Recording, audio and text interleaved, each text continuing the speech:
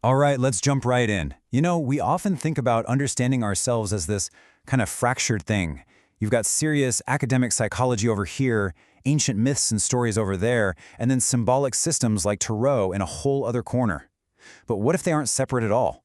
What if they're just different maps of the exact same territory, your inner world?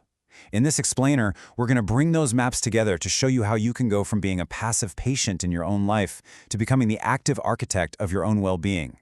It seems like a pretty odd mix, doesn't it? I mean, on one hand, you have the clinical, evidence-based world of psychology, and on the other, this symbolic, often misunderstood world of myths and tarot.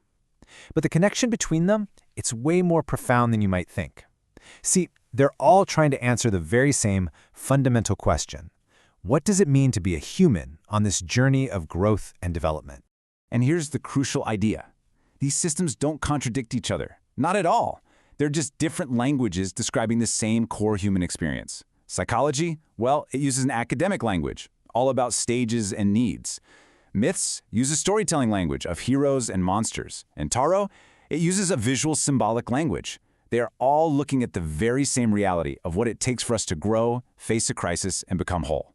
Now, this is where it gets really interesting. To truly understand ourselves, we have to learn the native language of our own psyche.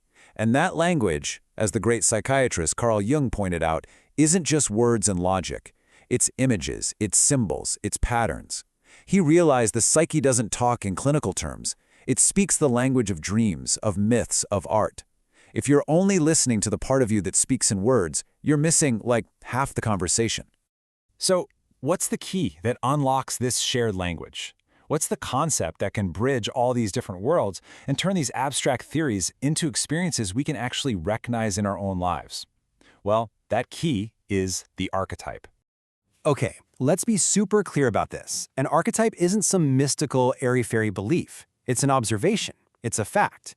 For thousands of years, across every culture on Earth, people noticed that the basic stories and roles were suspiciously similar.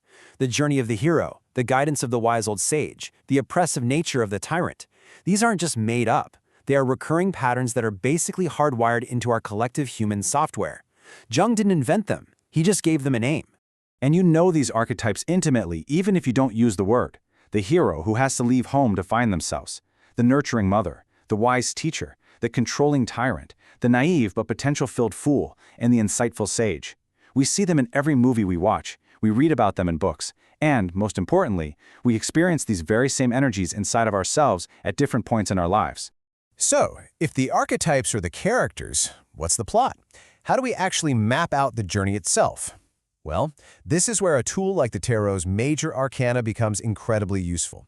Not as some spooky fortune-telling device, but as a visual map of our psychological development. The sequence of the 22 Major Arcana cards, from the Fool all the way to the World, it perfectly mirrors the process Carl Jung called individuation. And all that is, really, is the lifelong journey of becoming a whole, integrated person, of shedding the masks and the roles society gives you to become who you truly are. And listen, it's not about being perfect, it's about being whole. We can break this huge universal journey down into 4 pretty essential stages. First, we build our ego, our persona. We learn the rules of the world. Then comes the inner work, where we start to question all those rules. And that, well, it almost always leads to a crisis, a necessary breakdown of that old self.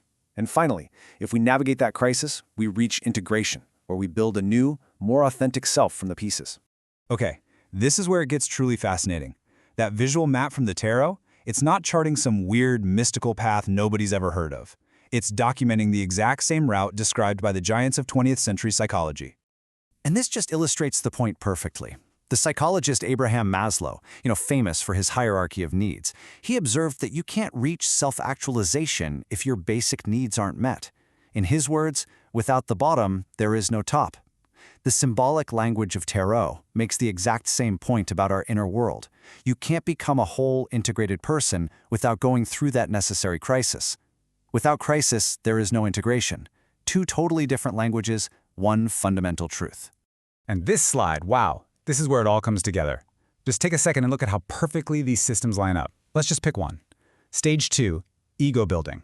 In the tarot, this is represented by cards like the Lovers and the Chariot, making choices, building your identity in the world. Now just look across that row. Maslow calls this the need for belonging and esteem. Erikson calls it the social conflict of identity versus role confusion. And for Jung, it's persona development. They're all describing the exact same stage of life. Or jump down to stage 4, transformation. The Tarot shows this with really challenging cards like the Hanged Man and the Tower, that necessary breakdown. Well, Maslow calls this drive self-actualization. For Erikson, it's the crisis of generativity versus stagnation. And for Jung, this is the crucial moment of encountering the shadow. It's a perfect overlay. It shows these are not separate ideas, just different ways of looking at a single universal human journey. So the most important thing to get here is this. Jung, Maslow, and Erikson, they weren't sitting around studying tarot cards. They were clinicians and researchers, observing real human beings. The fact that their academic maps line up so perfectly with this ancient symbolic map is powerful, powerful evidence that they are all describing a universal, undeniable human reality. And that brings us to the most important part of all of this. Understanding this unified map, it isn't just a cool intellectual exercise. It's a fundamental shift in how you see yourself. It's the key to moving from being a passive patient of your life circumstances to becoming the active architect of your own health and your own wholeness. Because look, a map is pretty useless if you don't know how to read it, right? So how do we use these tools, whether it's understanding psychological stages or looking at symbolic cards, in a way that's actually empowering and healthy, instead of just creating more dependency? Well, the principles are simple, but they are absolutely vital. First, these tools are meant to provoke your own inner wisdom, not give you external commands. A symbol, like the Tower card, doesn't say something bad is going to happen. No, it asks what structure in your life is no longer stable. Second, your personal interpretation is what truly matters. It's a mirror, not a judge. And finally, the ultimate goal of any true self-discovery tool is always to increase your autonomy, to make you more capable of making your own decisions, not less. And this quote, this just nails the mindset shift. If someone asks you if you believe in tarot or Jungian psychology, probably the most powerful response is this one. I don't believe in it, I use it. It's not a religion, it's a tool. It's a language for talking to yourself. I mean, you don't believe in a hammer, do you? You just use it to build something. It's exactly the same. So, the big takeaway here is the incredible empowerment that comes from seeing this unified map.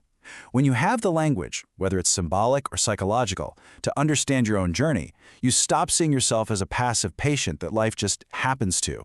You realize you are the architect. You can see the blueprint, you have the tools, and you can actively participate in building a life of meaning and wholeness for yourself. And let's just end with this thought. The most profound message from all of these systems, from Maslow all the way to the Tarot, is this: you are not broken. If you feel stuck, or if you're in a crisis, you're not flawed. You are simply standing at a new door in your development, a door you just haven't opened yet. The map is just there to help you find it. So, the question to leave with is, where's your door?